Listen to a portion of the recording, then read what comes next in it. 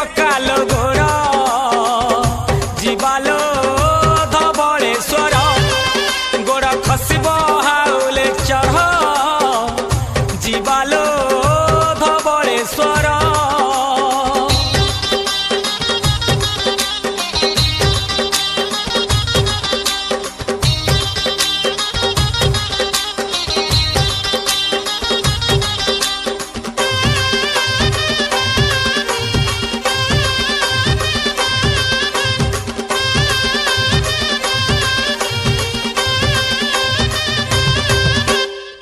धवलेश्वरंक करुणा लभिले अंध तो पाए नयन छोटा चाली पारे मुख कही पारे निसंतानर संतान।